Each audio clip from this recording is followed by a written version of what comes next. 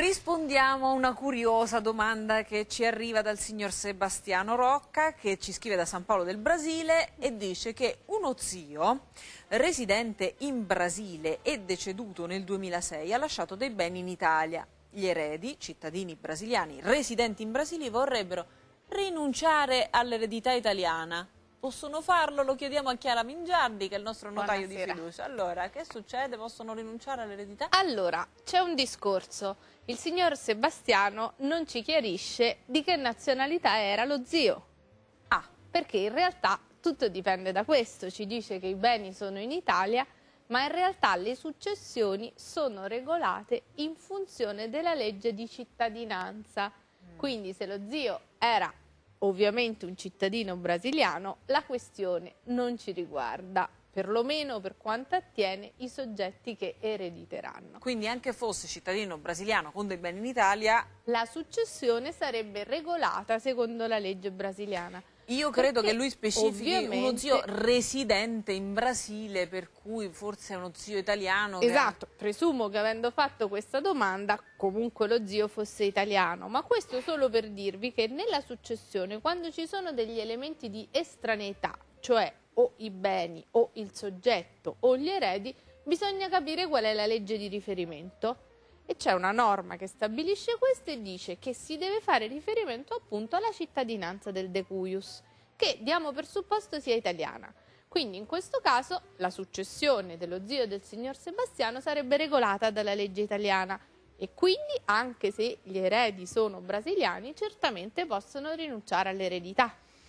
Se gli conviene, magari invece è meglio ereditare il castello italiano. Io pieno di debiti, perché se no immagino posso ereditare io al posto, se nessuno lo vuole questa eredità. Ahimè, non funziona così, nel senso che c'è una successione di soggetti chiamati in subordine quando qualcuno rinuncia alla legge. Se tutti rinunciano? Si arriva fino a una parentela del sesto grado, dopodiché c'è lo Stato e addirittura la nostra legge dice che anche se si tratta di cittadini che risiedono all'estero, ma sono italiani, ove non abbiano scelto di regolare la loro successione secondo la legge del paese di residenza, cosa che con un testamento potrebbero fare, essendo regolata dalla legge italiana, se non c'è nessuno prende lo Stato tutti i beni. Evviva, l'asso piglia tutto, chi ci giocava di voi? Magari forse prenderà i debiti però in questo caso, se no forse accettavano. Tutti possono rinunciare ad un'eredità, cioè non c'è nessuno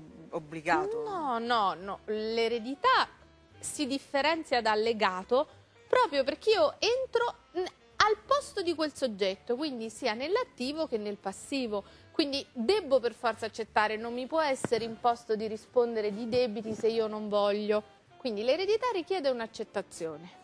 Se tutti gli eredi rinunciano, abbiamo detto che entra lo Stato e si prende il tutto.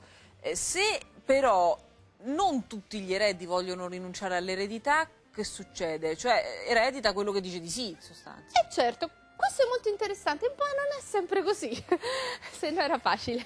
Dipende dalle varie situazioni, perché in certi casi al posto del rinunciante non si rideterminano le quote degli altri, ma i suoi discendenti subentrano al suo posto.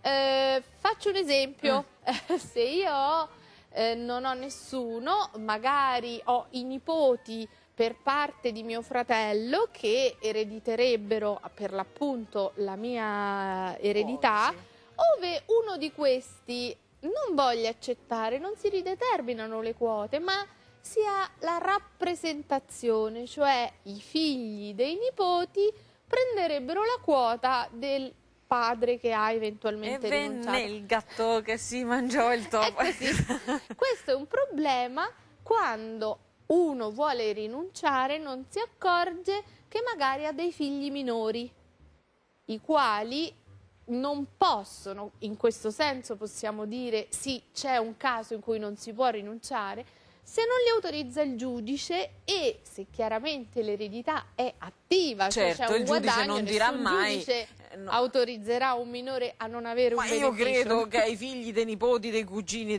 non arriverà mai, perché in genere l'eredità si accetta sempre, a meno che non siano effettivamente debiti, e quindi speriamo che non sia il caso del nostro... C'è da dire, chiedo scusa l'interruzione, ma forse quando uno è all'estero ha la paura di dire non so che cos'è, è più comodo per me rinunciare, magari può uno esserci chiede un che cos'è, discorso però di questo sinceramente si può fare la domanda e sapere, ecco, la consistenza dell'eredità. Si possono fare delle verifiche, chiaramente purtroppo l'unica cosa che non è assolutissimamente verificabile sono i debiti. Ah, ecco perché potrebbe sempre qualcuno dire ma anch'io avevo. Grazie al nostro notaio Chiara Mingiardi, un po' complicatina devo dire la verità questa cosa, però serve anche a questo la nostra rubrica Info Community, community.italia@rai.it, e adesso è arrivato il momento